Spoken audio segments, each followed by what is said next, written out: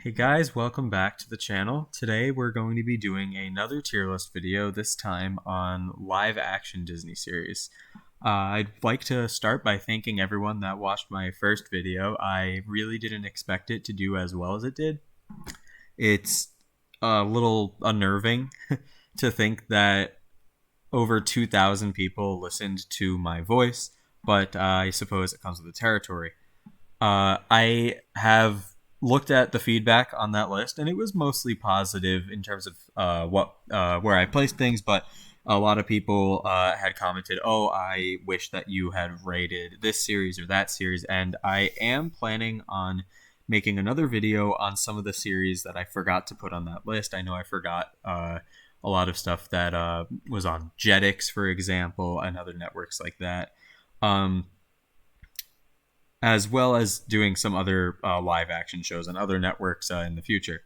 Um, I feel like I probably haven't seen as many live action shows as I have seen cartoons, but I should be able to say a good amount of stuff about most of these. There's a few that I absolutely have no idea about on this list. I didn't make this list, uh, but we'll just try to go through everything in go over everything at least a little bit. And this probably won't be as long as the last one because there's not 140 shows on here, so I don't have to sit here talking for 2 hours. Friendly reminder that, as always, these are, of course, my opinions only, and if you think that I placed your favorite show too low on the list, be sure to let me know in the comments. Without further ado, let's get into it. As usual, these are in alphabetical order as well, so you can follow along that way if you can't tell what it is from the picture. All right, starting with Andy Mack. So I really like the story of Andy Mack. It's about a girl who, when she turns 13, learns that the person she thought was her sister is actually her mother, and the person she believes her mother is actually her grandmother. Um, and it does a very good job of tackling rather complicated subjects that very accurately represent being a teenager. It is also notable for having the, I believe, first character in a Disney Channel series to be gay, which is a pretty historic thing. Overall, I think it's a very relatable show. I think that it's definitely worth a watch. It's not too long either. I think it's 2 seasons, and yeah, it's really good. I'm going to start by putting it in like A tier. We'll see if it should be there or not when I start putting other things around it. But that seems like a fair point to start at. Next up is Ant Farm. I remember really liking Ant Farm. I don't remember many specific episodes. I kind of just remember it as a whole. It is about a high school where there's a program for gifted middle schoolers. That's basically where everybody is like a savant. They have some kind of pro- prodigy esque prodigious talent. The main character, China, is a great musician. Her friend Olive has a photographic memory, and the other main character, Fletcher, is an artist. One of the main ideas that is tackled prominently in the series is the idea that they are middle schoolers in a high school, and even though in reality that could be literally like a 1 year difference between high school and middle school, there are some people uh, who look at them like they're just kids who shouldn't be in a high school, and they often try to prove that they're not just little ants, and that they are worth their salt. It's a really nice show. It's also very humorous. Um, the personalities of the main characters just work so well together, and it's overall just a very well polished show. It feels like conceptually it's handled very well. And Yeah, it has a really nice theme song too. So I'm gonna put that also in A tier. Next up is this is like As the Bell Rings, and I have literally never seen a second of this. I don't know what this is. I can look up if I go As the Bell Rings here. It was from 2007, which is weird because I feel like I would know about it then. The ratings aren't extremely good either. It had Demi Lovato in it. That's literally all I know. But I have no memory of this even existing. So I must have done something wrong. I must have missed it somehow. But that's gonna have to go in the haven't watched. Next up is Austin and Ally, another really great show centered around two musicians, Austin and Ally. Austin is an extrovert and Ally is an introvert.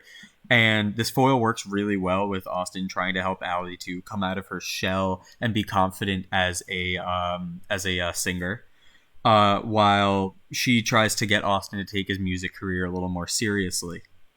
It has a great cast of other main characters as well, with Trish, Austin's manager, and Des, who's Austin's friend and an aspiring director, and is easily the funniest character on the show. Um, as someone who grew up learning a lot of different instruments and being very involved in music, I resonate a lot with the setting being mostly a music store that Allie works at, tutoring. Overall, I think it's a really good series, and it shows us that you may have talent that you don't realize other people will appreciate because you're not willing to come out of your shell and display that talent. And once you do, you may find that everybody actually enjoys what you have to offer. On top of that, it uh, Austin being a musician has a lot of great songs that come out of this show, um, and it's just fun. I see. I want to put it in A as well, but I feel like now too many things are going there. But that's okay. We'll figure it out later. A for everything that starts with an A, except for As the Bell Rings. Okay. So next up is Best Friends Whenever. I think I saw like one episode of this show. It's about these two girls who, through some freak science accident, get the power to time travel, and they use it for two things. One, to annoy their brothers, I think it was, and the other is to fix past mistakes and other things like that. Nothing too major, just like, oh, I like embarrassed myself in school this morning. Let's go back in time and change that. That's really all I know about it. I think that conceptually that sounds like it could be interesting, although it seems like it might get a little dry. Uh, I wouldn't want to watch Groundhog Day, 20 times in a row. But I think I guess I should probably put it in haven't watched, but with the caveat that given what it's about, I think that it has pretty good potential. I'll need to definitely check it out sometime.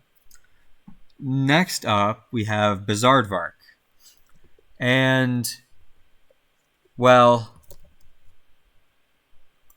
I think Bizarrevark is completely okay. It unfortunately made Jake Paul famous playing a character in this show. It is basically about two friends, Paige and Frankie, who make vlogs, like comedy vlogs online. And after they reach enough subscribers, they're invited to start producing their videos at an actual major studio where they meet all these other people that make videos on the internet, such as Jake Paul. I don't even remember what he does. I think he like literally, if I recall correctly, his character was like, "If you dare me to do anything, I'll do it." I feel like that's what it was. And then there's another character who does like makeup tutorials and other stuff like that. And so uh, I don't. I remember it being like completely fine. I was never too entranced by it. Probably just because I was never too interested in like the whole vlog format. I don't really remember what specific things they do on the vlog, but I don't know. I feel like I remember it being like a worse iCarly, but that's not necessarily that bad because iCarly is truly amazing. But I think I'm going to place Bizarrevark in C tier for now. I think that'll be kind of the middle ground, and we'll see if it should still be there. Bunked. So Bunked is an interesting show because it has a lot of it's a spin-off of Jessie, where Emma, Ravi, and Zuri go to a camp, go to a summer camp where their parents had like gone when they were younger, and then every episode is just camp activity gone amok. They have to deal with the fact that they've lived pretty cushy lives and now they're out in the middle of the wilderness. And I haven't seen too many episodes, but I've seen a fair amount. I think I liked the few episodes that I saw. I thought it was pretty funny. Summer camp always makes me nostalgic. And yeah, I think I don't remember too many of the side characters. There's a lot of them. There's a lot of characters in this show. But it was pretty good. I'm going to put it in B tier. That sounds fair. So this next one is Coop and Cammy. And like, okay, I've heard the title As the Bell Rings. I've literally, until I was doing research for this, I had never heard of Coop and Cammy. It's pretty new. It like just ended and it came out in like 2018. And it's like another kind of like vlogging type thing where these two siblings have like millions of followers online, and then like they just do things based on like what their followers tell them to do or something, which sounds kind of, I don't know, it sounds a little boring. It sounds like more boring than Bizarrevark. Because of that, I think I'm gonna put it in like D tier. I don't think that any of these shows are going to be like F tier, but I also don't. I don't want to make it. I feel like D tier is too close to F tier. I guess I'll just leave in the caveat that D tier is not that bad. It's just a little bit below the average here. It's just I don't have too many tiers because I want everything to fit on one page. Next up, we have Cory in the House. Man, what a memorable show. I loved it when I was a kid, and yet I didn't watch too many episodes because as a kid, you're never able to really make sure that you watch every episode of a show. You just turn on the TV, and if it's on, then you watch whatever episode is currently on. So I still haven't seen every episode of Cory in the House just because I never was able to. I'd probably do that now, but maybe another day. It's really good. It's really funny. And I don't remember the name of the actor. I think it's Kyle Massey. It's one of those two, I'm pretty sure. As Cory and his dad, so Rondell Sheridan. And he gets a job as a chef. Wait, I think that's correct, right? He gets a job as a chef in the White House and as the head chef. And it's just about them adapting to being in the most important building in the country and all the antics that ensue. And it is really, really good.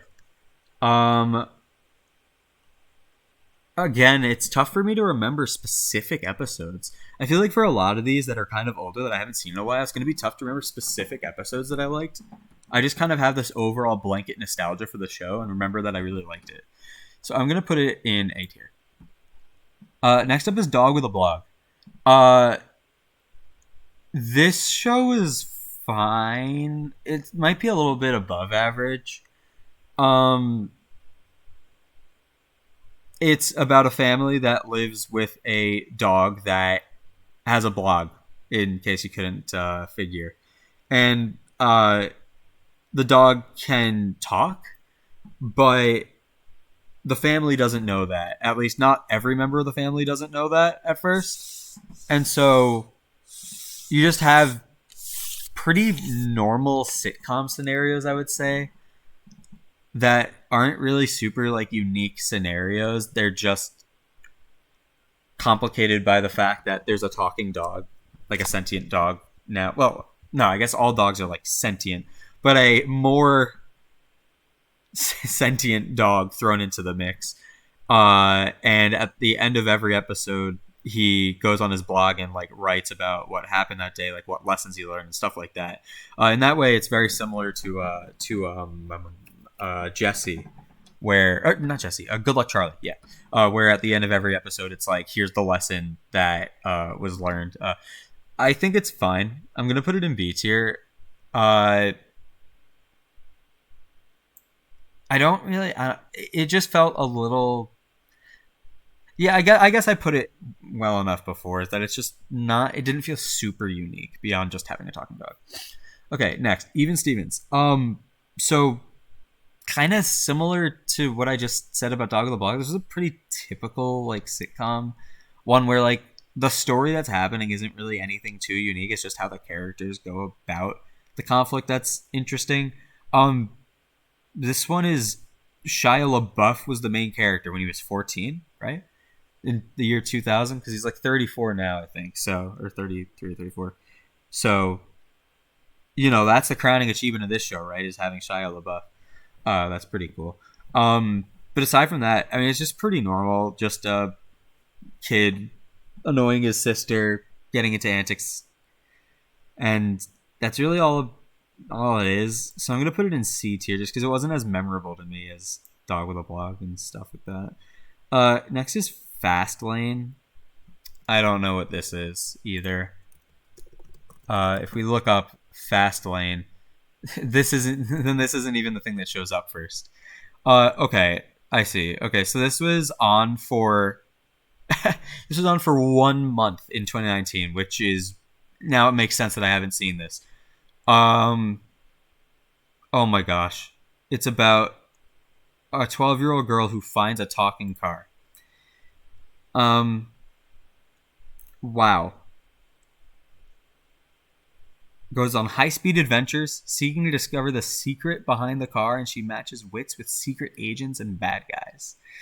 I don't recognize anybody that acted in this, and yeah, well, I haven't seen it, so that's my I googled it rundown. Gabby Duran and the Uncivils. This one was also pretty boring. This was another one that was like only on for like a pretty short amount of time, if I recall. And it's literally just girl has to babysit like aliens that are disguised as humans. I didn't really care for it too much. It's just kind of boring. I think a season 2 is in the mix. But I have no idea because I don't think it's out yet. I know it ended like last March, and I don't know when the second season's coming out, but I'm pretty sure it got renewed for a second season. But yeah, I mean, it's like whatever. It's like D tier. It's not really that good, in my opinion. Girl Meets World. All right, so this might be the first thing that I put into S tier. I think Girl Meets World is really amazing. It's not even a spin-off really. It's more just the sequel to Boy Meets World, which was a show from the early '90s. Excuse me, and it was about uh, it was about a boy and a girl. What is Corey and Topanga who uh, fall in love, and it's just about them going through life. Now, this one, the sequel, is uh, they now have kids, and it's the same actor and actress, just older, which I think is really cool. And it's just all about their daughter, whose name completely escapes me. Why can't I think? I know the actress's name is Rowan Blanchard. What's Riley? Yeah, that doesn't even like sound familiar to me. No wonder I forgot. Riley going through life. I think that similar to what I said about Andy Mack, it's really good because it accurately captures being a teenager, being in school, and having to deal with all of the trials and conflicts that come with being a teenager. Uh, there, it tackles the things like not wanting to grow up and having to leave people behind when you do. And overall, it's a very emotional show while also being still really funny. Um, the side characters are also really great. I think that the only downside I could think of would be that not every single character I feel like is a expanded on as much, and that's of course not that's not really a bad thing because sometimes you just do not have the time to expand on every character. But even within the main cast, it always felt like some characters just were expanded on more, and I guess that's fine. But even so, I still think that this is extremely good, and I think I'm going to put it in S tier. Next up is Good Luck Charlie. So Good Luck Charlie about a girl, Teddy. It's only now that I'm realizing how difficult it is to remember all the names of characters from shows that I haven't watched in so many years. But and she has a baby sister, Charlie, and again just it's a sitcom where all just wacky stuff happens, and um at the end of every episode, Teddy learns some kind of lesson, and then she makes a little video addressed to Charlie that she can watch when she's older, and uh, like be able to see learn these important life lessons. I think that's a really nice aspect of the show. There's a lot of like good lessons that are taught through it, and aside from that, it's not anything super special. But I'm still going to put it in A tier, I think, because with a lot of these, there's not a super coherent story with a lot of these. Like Girl Meets World had like a continuous storyline. So did Andy Mack. Um, I guess so did Dog of the Block a little bit, but and so did Austin and Alley. But I don't know, like Corey in the House, for example, was kind of like each episode was just completely its own thing. There wasn't ever really a super like complete conclusion um that was supposed to be found within it. Um, but yeah, there's nothing wrong with that, especially because so many of these will follow that format. All right, Hannah Montana. This show was so great when I was younger. I'm not sure if it's as great now. I think it's pretty dated, but it's still really good and has really good songs. Um, that's one thing that it has going for it. I think that it makes a very good use of the plot that she is living a double life as a superstar. Uh, there's a lot of episodes where she just doesn't understand how to fit in socially because she is this like famous pop star, but nobody actually knows. Um, the side characters in Oh, jeez. It's crazy how I can remember all the actors and actresses, but I can't remember the characters they played because Emily Osment and Mitchell Musso were in it, and then their names were like Lily and Oliver. That was it. Uh, they're really great characters. They play off of each other really well. I remember Jackson being like my favorite character. I feel like the older brother that just was a little bit on the dumber side was always my favorite character in so many shows like PJ and Good Luck Charlie and Spencer and iCarly. Um, that's just my kind of humor, I guess. But yeah, Hannah Montana was. I mean, it was great. I mean, everybody loved this. So I'm gonna put it in A tier. I can't think of anything too wrong with it that would place it any lower. But I also don't think that it's it. Yeah, I don't think that it's good enough to be an S tier. Not that it's too much lower than S tier, but I think that it's fair to put it in A. Next up is I Didn't Do It. This is another one that I just didn't watch. I I had heard about it and like I while channel surfing saw it sometimes, but I was never really interested in it. It's one of the it reminds me of a Tarantino film where the whole idea is that in every episode um the start of the episode is actually the end of the episode. So the first scene in each episode, excuse me, is the end of whatever just happened, and then they go through flashbacks to explain how it is they got into this mess and why it's not their fault. I think it's a pretty cute like concept. Uh, I again haven't I don't remember like any specific episodes, so I think I'm gonna put it in haven't watched, even though I've seen a little bit of it. I just can't remember enough to place it anywhere in particular. I I think it's pretty good. It's not bad. Just based off of like the little bit that I can remember, but I'll have to put it here just because I haven't seen enough of it to really make a general conclusion. Next up is Jesse. Jesse is really great. As a common theme with what I've been saying is that a lot of these sitcoms have pretty similar episodes. Every sitcom's gonna have the um I don't know what's a good example.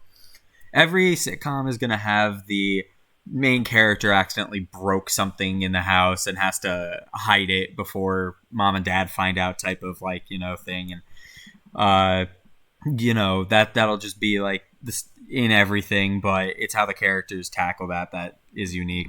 And Jesse, I think, does a good job of using its unique plot, being these kids that live in. Well, I don't really know what they live in because it's not a house because it's like in a building, but it's not an apartment either. It's bigger than that, so I don't know what that's classified architecturally, but regardless, they live in a pretty wealthy position. Uh, and Jesse is their nanny, with Bertram being their housekeeper, I guess. Because he's not really like a butler, unless he is. I don't know. Uh, he's incredible. I forget the name of his actor, but he's actually a Broadway actor who was the Cowardly Lion in a production of The Wizard of Oz. I think that was off Broadway. Check him out singing sometime. He's incredible. But back to the actual show, I think that it handles the uniqueness of that plot really well to come up with unique situations. The characters are extremely diverse. You have Jessie as this country girl being matched up with Emma, who's like a fashion obsessed teen, and Ravi, who owns a giant. I don't actually know what Mrs. Kipling is. I want to say it's like a water monitor, which sounds probably correct. And it's just overall really funny and really well made. I don't really have any complaints about it. I think it's better than Bunked for sure. So I'm also gonna put it in a. I mean, it's nice that it did so well that they were like, we should make a spinoff. But I would have liked more Jesse. Although I guess with the actor that played Luke, unfortunately passing away, they would have had to somehow tackle that on the show, and they can't just pull a oh god, what was it? It wasn't the Brady Bunch. Maybe it was the Brady Bunch. Maybe it was Happy Days, where where somebody's cousin shows up and just completely disappears one episode, and they never talk about it or address it ever. They couldn't really do something like that. But yeah, next up is Jonas. I actually really liked Jonas. Uh, like I said before, I grew up being really involved in music, and so I always liked all these musical shows. I really liked Camp Rock, and Jonas was no different. Uh, it is amazing to me how these three brothers became so popular. But I mean, that's Disney for you. When you're a child star on Disney, either you will be in everything Disney makes, or you will go on to become a musician. And the Jonas Brothers did the latter. Uh, there's not much I can really say about it without sounding like a broken record with it being a sitcom. But I really like the Jonas Brothers. I really like their music. And that's going to be enough for me to put it in B tier. Just roll with it. I don't know what this is. I have no idea what this is. Let me see when it came out. Let's look up Just Roll With It. 2019. Yeah, that would explain it. In recent years, I've been focusing on watching like every animated series and cartoon that I could. And I haven't watched live action stuff in a little while. So these things that came out in recent years are ones that I definitely missed. But it looks like they're all available on like Disney Now or Disney Plus, so I could definitely check them out sometime. Moving on to Casey Undercover, I thought it was fine. I like really like Zendaya. She's a great. Ooh, wow, what was that? She was a really great actress. Did I say was? I meant to say is. She is a really great actress. And this series was basically just about her as an undercover spy getting into all kinds of shenanigans. I think that the whole spy plot can be really cool if it's done well. And I think that this did it fine, just fine. Being half a kid in school and half undercover spy, kind of like Kim Possible except animated. And that's a pretty good comparison, or rather, being compared to Kim Possible is a pretty honoring comparison. So I'll put it in B tier as well. Liv and Maddie. I think Liv and Maddie is great. The actress, is it Dove Cameron, plays both Liv and Maddie, and that's incredible. But also, like, what a lot of people don't understand, like, a lot of people will be like, wow, it's crazy, like, you had to work twice as hard and, like, record twice as many lines and whatever. But what's really I was gonna say impressive and incredible at the same time, and couldn't say either. What's really impressive and incredible is that when you are doing something like that, where you are effectively talking to yourself, it's easier to do it in animated series. You'll see, something like Tom Kenny voicing multiple characters in a series and talking to himself, or Justin Roiland in Rick and Morty talking to himself. There was one other example I had in my head. I don't remember what it was anymore.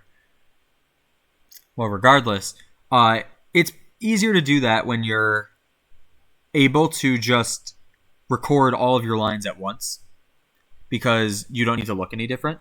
But with this, Dove Cameron would have had to record both of the parts separately, and the difficulty in that is keeping up the intonation, making sure that the way you're responding is accurate to how your other line was delivered. And so, amazing props to her for being so successful in it. It's as a really good foil. The main characters, where one of them is like the super popular girl in school, does everything like fashion related, and the other one is all about sports and athleticism. And because of that foil, you get a lot of situations where you have both of them reacting to like a situation in completely different ways, and it's just super interesting, I guess, to see how each sister tackles these conflicts. I think it's really good. The older brother is unsurprisingly my favorite character because what else is new? And I think it's deserving of being put in A. Next up, Lizzie McGuire. Uh, I know that like growing up, a lot of people really liked Lizzie McGuire. I was never a huge fan, but I can see why people like it. I just didn't. I don't know. I just never really had too much interest in it. This is where Hilary Duff kind of got her start. That's pretty cool, but it is still just kind of always bored me a little bit. But maybe that's just because I was like a little boy and I didn't want to watch like these almost slice of lifey sitcoms. So this might be one of the shows that I haven't seen in the longest amount of time on this list. So maybe I would have to go back and watch it again to get a better, maybe a more fair look at it. But for now, I think I'm going to put it in C tier. I think it's just fine. My Babysitter is a Vampire. This was a movie first, right? The the movie was like all about how the girl's a vampire. She gets hired to babysit these teenagers, and then some guy tries to resurrect a vampire cult. And so I remember the movie, but I don't remember the TV show. In fact, this is the movie poster, right? So, I mean, I wonder if the show is anything like that. I mean, I guess it wouldn't be able to be the same, but I actually can't think of anything about it. Well, regardless, that's what it's about. I guess I'm putting it in haven't watched because I don't know enough about it. I think I liked the movie. I remember like a few scenes from the movie. Kind of reminded me of Mostly Ghostly, Who Let the Ghosts Out. That's something I should definitely do at some point. Probably, maybe if I can remember to for Halloween, I'll have to make a Halloween movie tier list because I am just itching to talk about Scary Godmother and Halloween Town in any way I can. All right, moving on. We have Phil of the Future. Kind of want to move a little faster through these. We're coming up on the hour mark, even though I said I didn't want to take too long. I just get lost in these videos. All right, Phil of the Future. I really like Phil of the Future, about a family that is not too far into the future, but their time machine like malfunctions or whatever, and they get sent back to, I don't know, it's like 1999.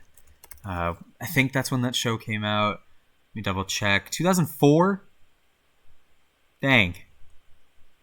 Okay, well, 2004, not 1999.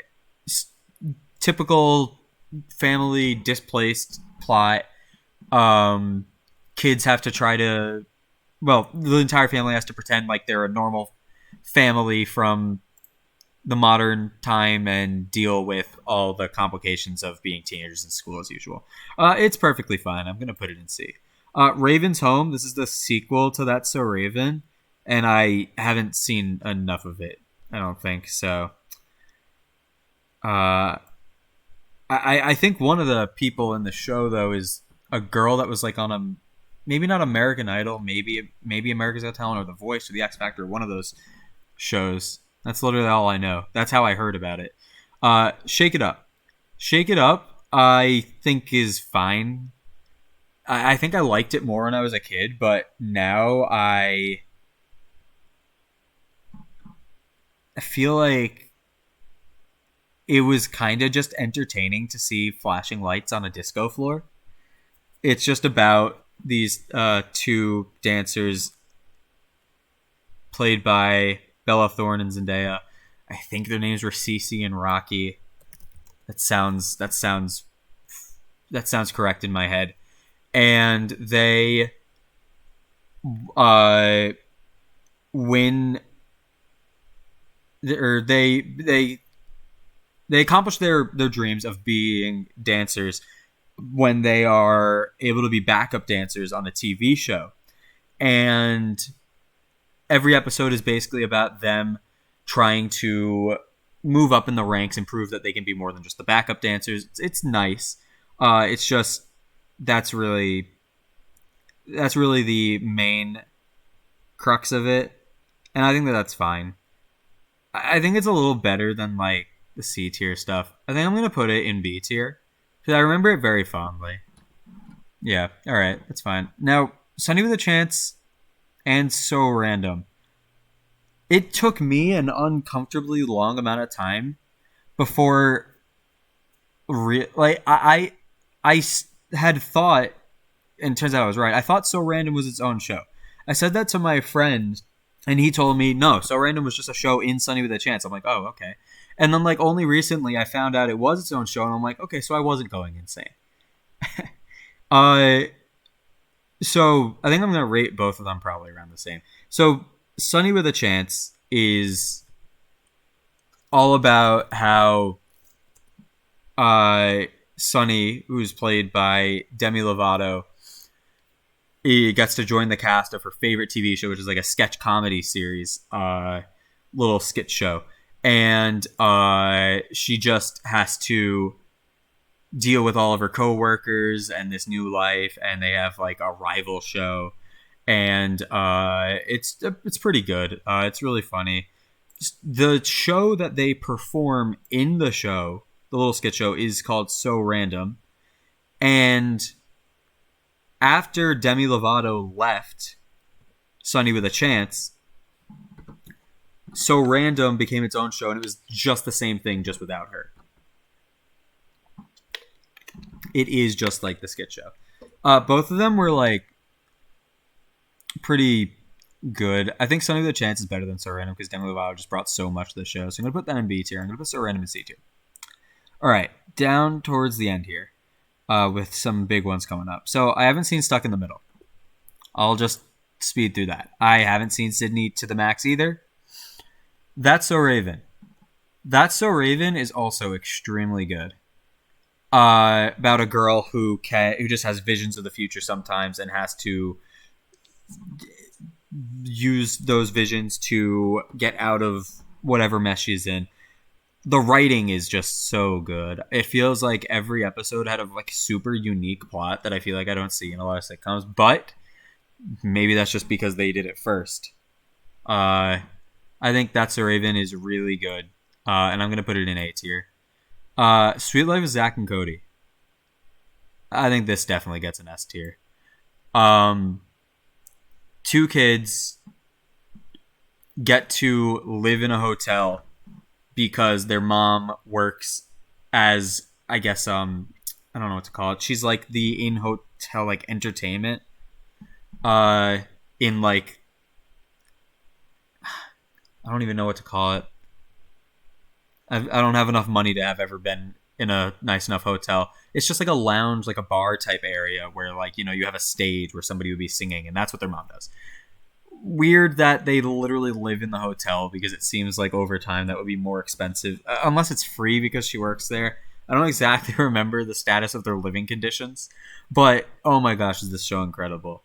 Zach and Cody are just always getting into the most insane antics, and because of the nature of hotel where everything is coming and going, everything and everyone, you get some crazy episodes like a sarcophagus is brought in for like an Egyptian exhibit, and they want to go see what's in it, and oh wait, it's like wait, no, that's the snake episode. Is that the same episode? No, I think I'm mixing up two episodes now. There was the one where there was the bunch of snakes in the crate. Maybe that was the same episode. It's been a little while since I've seen that episode. But the side characters are great. London is an amazing character. Oh my gosh, who is she? Played by Brenda Song. Is that her name? Yeah, she's Anne in Amphibia. That's pretty cool. Excuse me. Ashley Tisdale is also it, and Mr. Mosby, the greatest character of all history. Yep.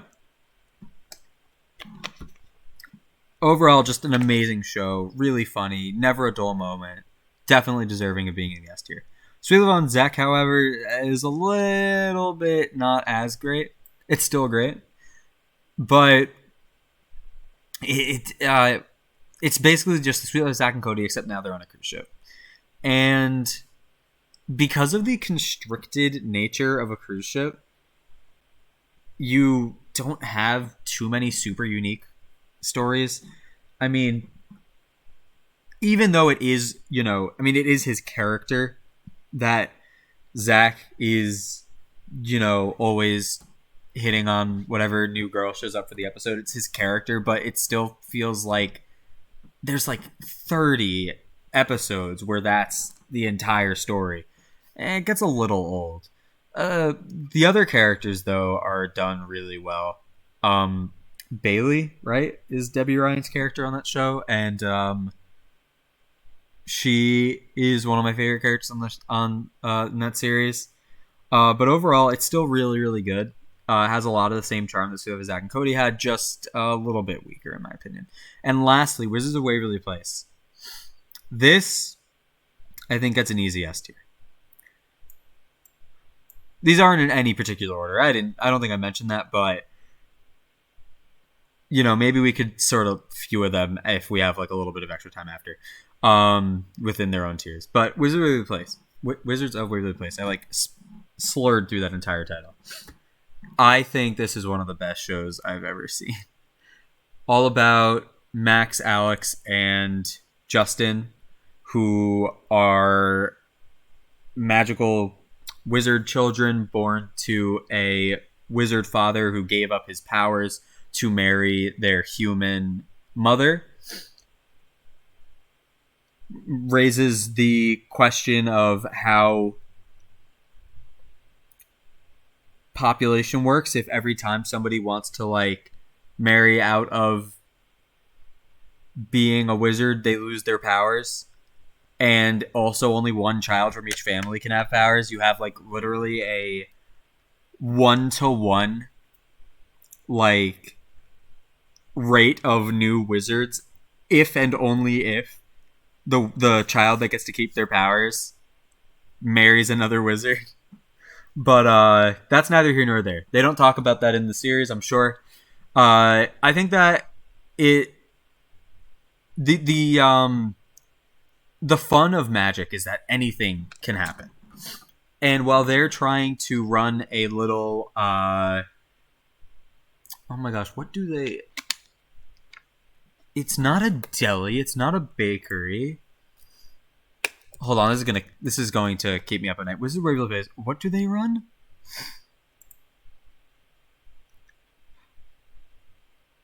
Substation. Wait, like sandwiches? I'm having a hard time remembering. Yeah, sandwich shop. Okay, cool. All right. It's been a while. I remember like a few episodes, and I remember the movie. The movie was incredible. Anyways, back to the show. So they run a sandwich shop. trying to keep their powers secret from the rest of the world. Uh, and the fun in every episode is that they'll learn some new spell. Alex will eventually use it to get into some kind of mischief, and Justin has to bail her out of it.